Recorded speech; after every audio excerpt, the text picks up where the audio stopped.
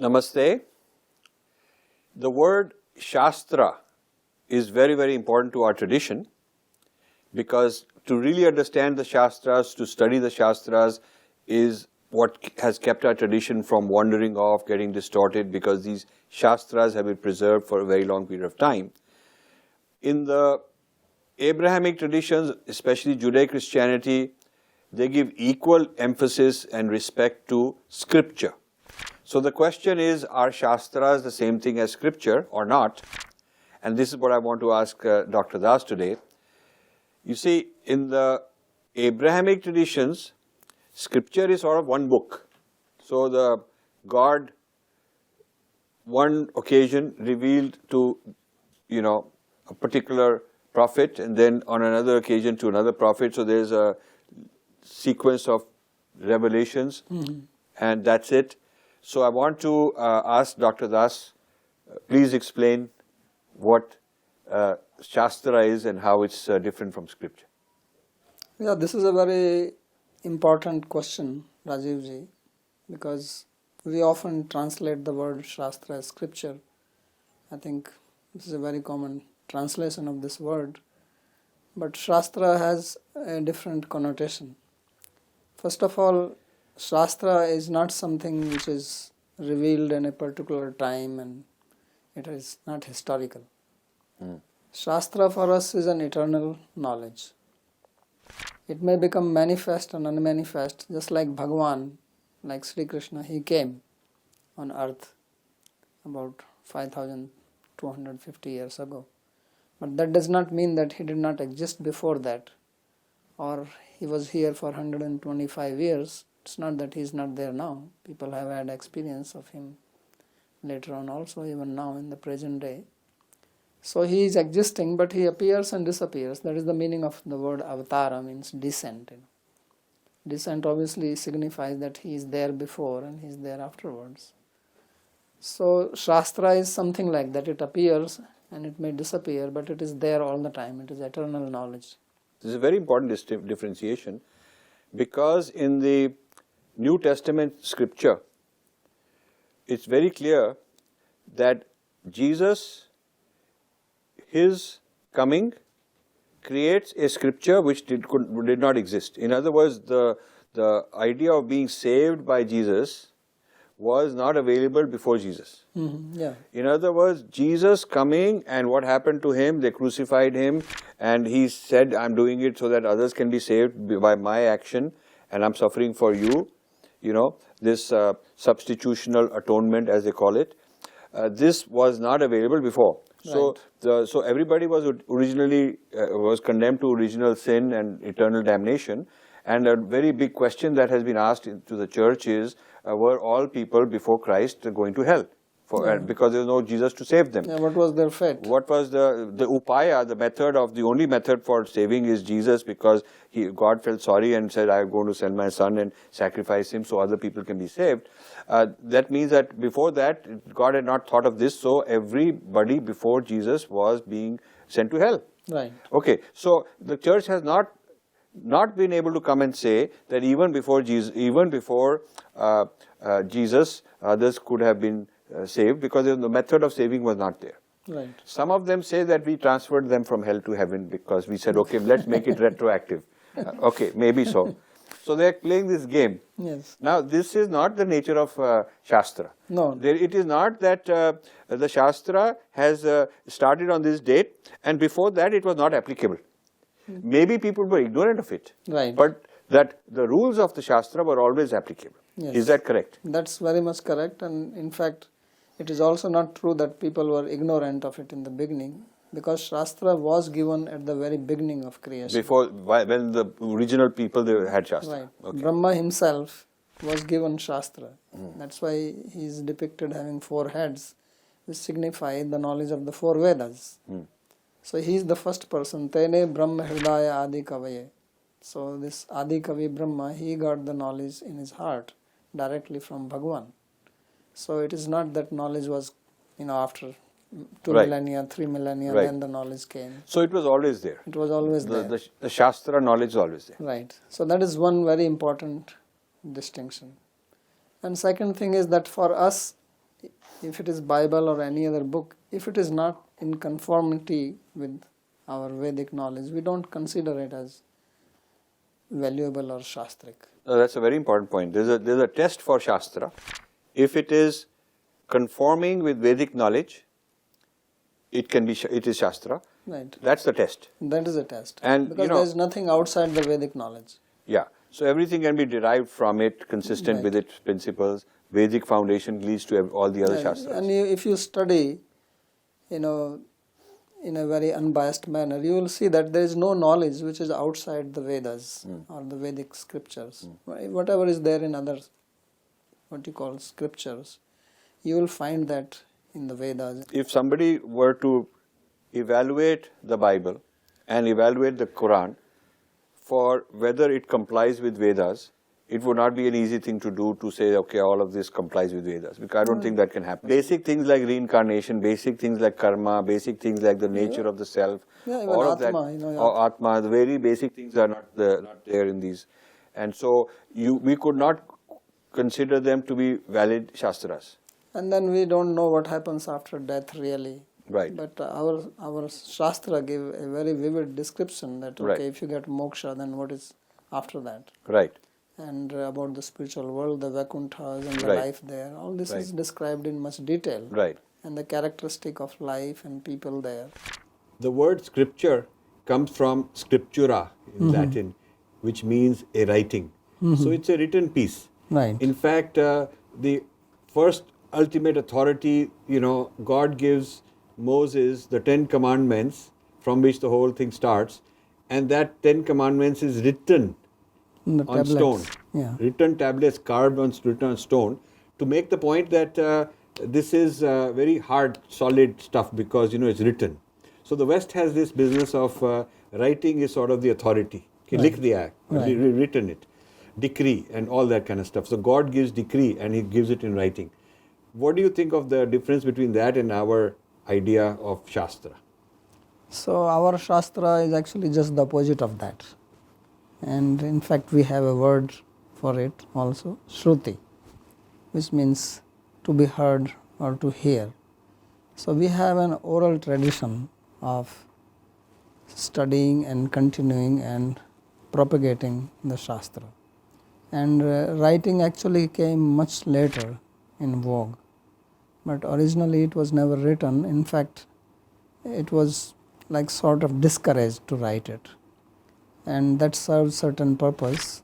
One thing was that it did not get distorted, because you have to go to the teacher to hear it. Once it is written, then I write it and then you take it and then you read it, and now you don't have to go to a teacher. And one could distort the writing? Yeah, and you don't have to. In fact, that happens. Now when we do critical editions of the books, I write books, so I have to take note of different readings. So this difference in reading comes because of that. But orally you have to hear from an authority, and then you memorize it, and then you pass it on like that.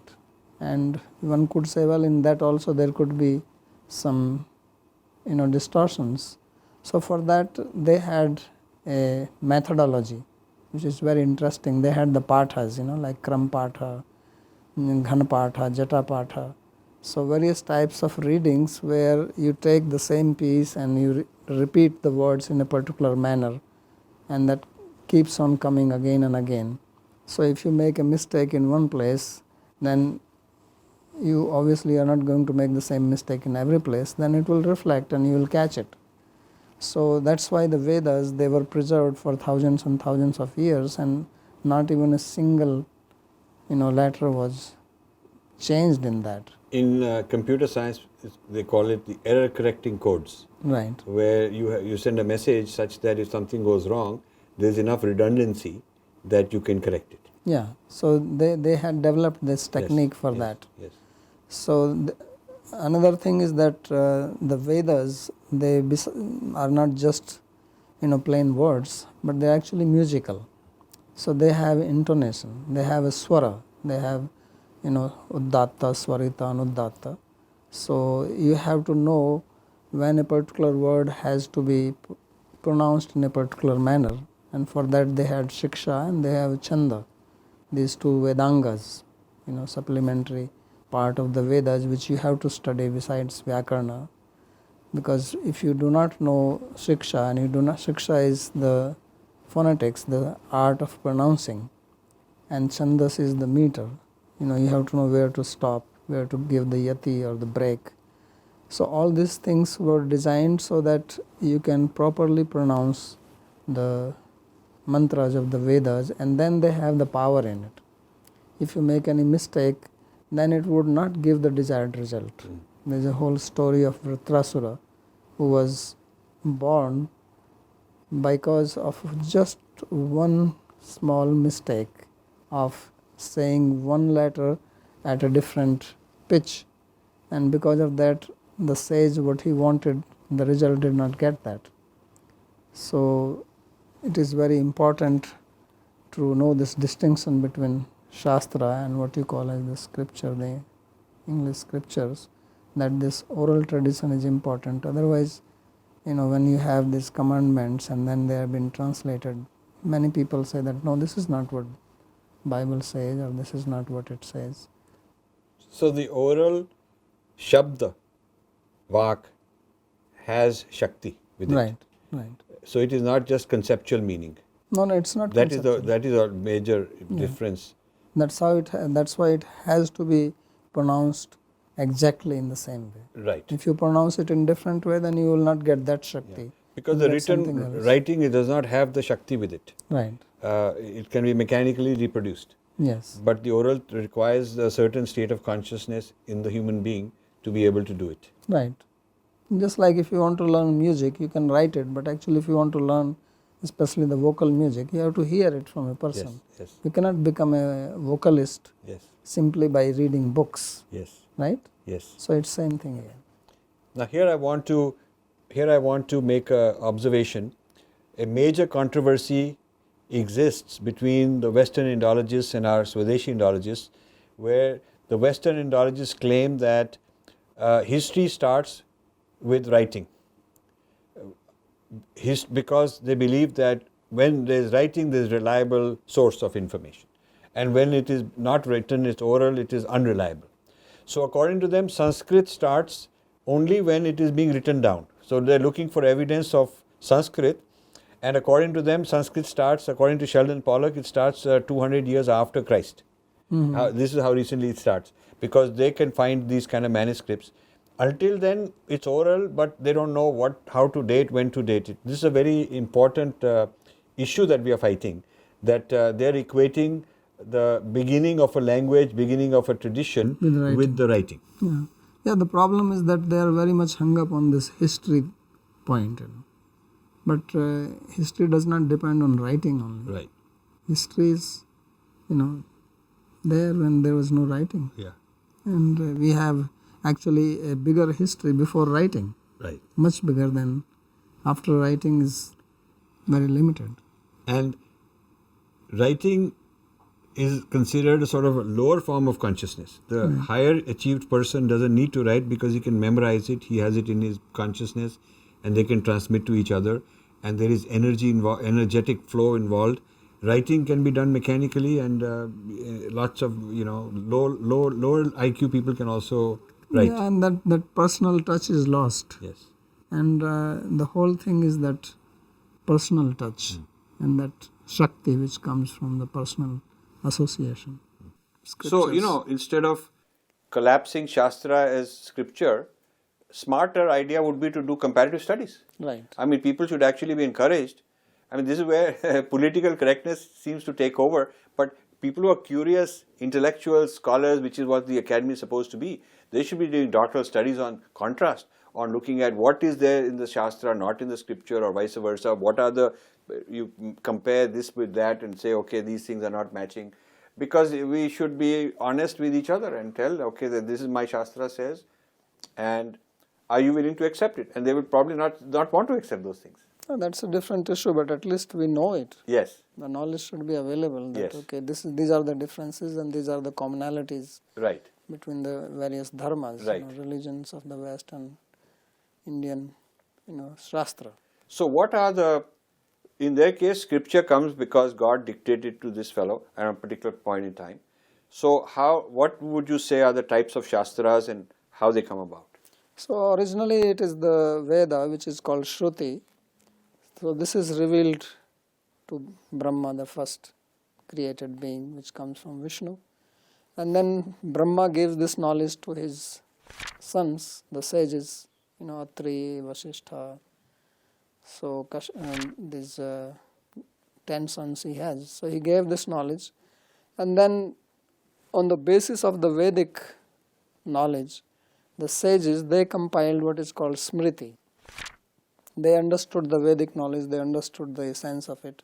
Then for practical application, they wrote Smriti-Shastras, which includes the Puraṇa-s, the Itihasa, and also the Smriti-Shastras, which are the law books for the people of Varnashrama Dharma. So these are all derived knowledge on the basis of Veda. So these are called Smritis and those are called the Shrutis. But Smriti is rooted in the Shruti. It cannot override that. So these are the two major divisions, and both are considered as part of Shastra.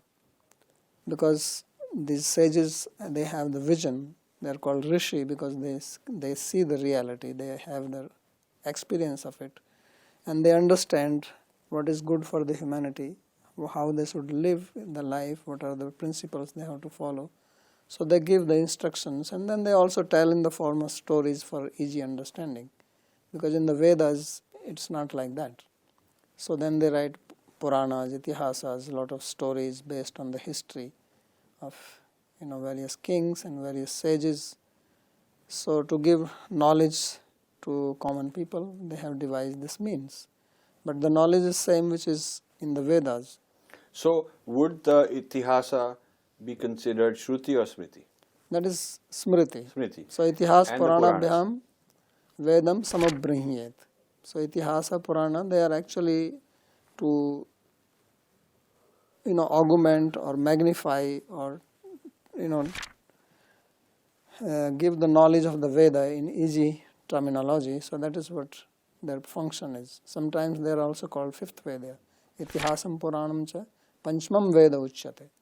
It's also sometimes called as the fifth Veda.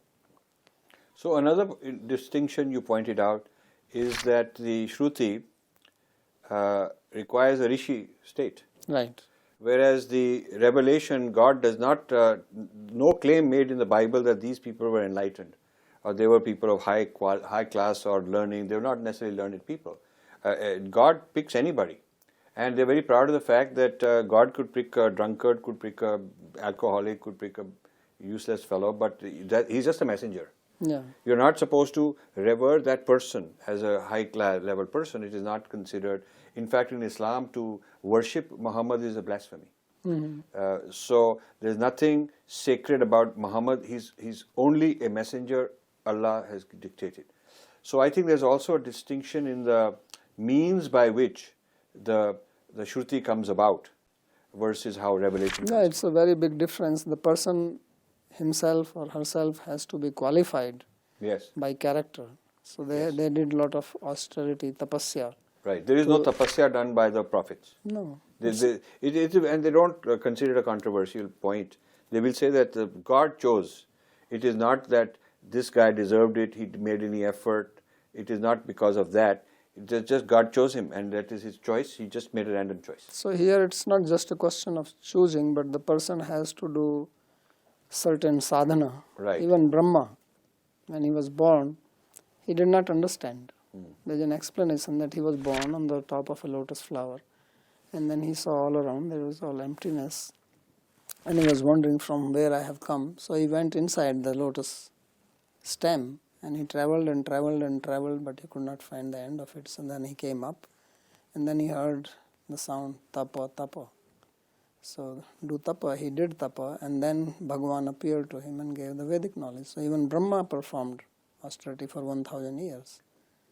So then he got the knowledge. So knowledge in India, this Vedic knowledge is not given to an unqualified person. Even on the later stages, if you see the guru-disciple succession. So Guru also tests the disciple. Na samvatsar vasino deyat is a statement in the Smriti that don't give knowledge unless you test the person for 1 year at least. So knowledge giving to unqualified person is very dangerous. Like, you reveal how to make nuclear bomb to an unqualified person, he can create a havoc with that. Then another explanation, the meaning of Shastra is given is that agyat gyatvam shastram. Actually, Shastra gives you the knowledge which cannot be attained by empirical means. Okay. It's a very specific distinction. So therefore, scientific inquiry can never give you the knowledge which is available in Shastra. For example, that we say that there is an Atma in this body. There is no science which can prove or disprove it, because they don't have the jurisdiction to reach it. Right. So Shastra is giving you knowledge which cannot be attained by any other means. Right. So that's why we give value to it, because either you get that knowledge and take advantage, or okay, live the way you are in ignorance. Right. So Shastric knowledge, if you read Bhagavad Gita, what Krishna is saying there, it's a knowledge which you cannot get simply by doing empirical research. Right. So that's what is Shastra. Another, I think, interesting difference is that in Shastra we have a distinction between Shruti and Smriti, which means that while the Shruti is eternal, the Smriti can be changed, can be updated. So Manusmriti, so you could update the Manusmriti for new life, new context, new period of time, new culture. Yeah, because this Smriti is like Manusmriti, Yagyavalkya Smriti, Harit Smriti, Devala Smriti, Narada Smriti, many of them. So they are practical application of the knowledge which is available in the Vedas. And practical application obviously is according to the society in which you want to apply it. And because the society, people, their lifestyle and the external situation, they change. So accordingly you have to change that. It's like we have like Indian Constitution. Right. So when it was made at that time, but later on there have been so many modifications in it. Right. Right? Right. So many they have done. That's Right. actually one of the function of legislative bodies. So whereas in the Bible, the Shruti and Smriti equivalent ideas are collapsed and fixed. Right. So because they cannot be changed, therefore they have all these crises, how to keep up with the new times. Right. Can women be priests, or can there be this or that, all kind of social problems, political problems, because they are fixed and they cannot adapt it. And even worse problem in worse problem in Islam, that they are stuck on a certain kind of fixed idea from the past history, which may have been valid for that time. Yeah, maybe not relevant anymore. Maybe not relevant, maybe counterproductive. Right. And creating all these kind of problems. So the distinction between Shruti and Smriti has allowed us to remain, on the one hand, consistent and with the Shruti, but at the same time changing and evolving and dynamic with the Smriti. Yeah, because there are certain principles which are eternal truths. Right. For example, Atma is eternal. Right. Atma is part of Bhagavan. Right. And there is Vaikuntha. By surrendering to Bhagavan, you can become free from karma. So Right. these are eternal principles. You cannot change them. Right. But now, how do I apply this in my life?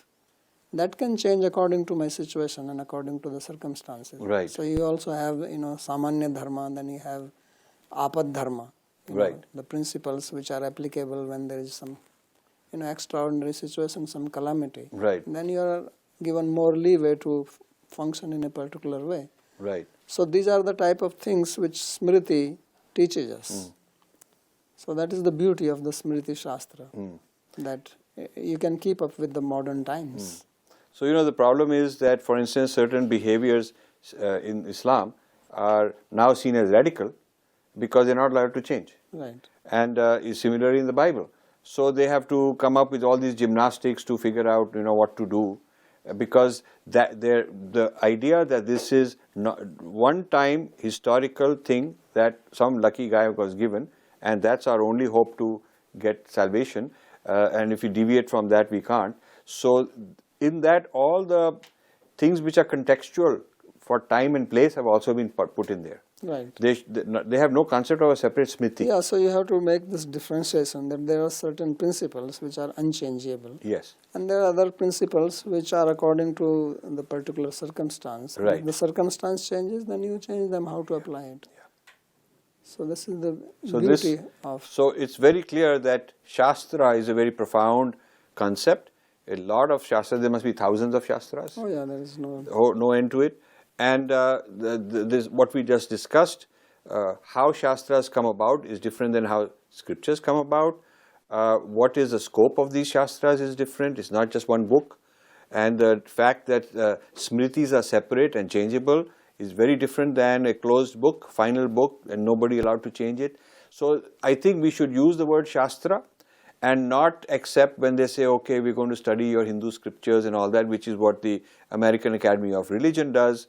And all our people are very excited that, oh, we also got scriptures. You know, they're respecting us. They're respecting us, but in their own framework. So when somebody respects you in his own framework, actually you are being compromised, because what is distinct about us, we're being asked to leave. And we are requesting that you should use the Sanskrit non-translatable Shastra. Thank you.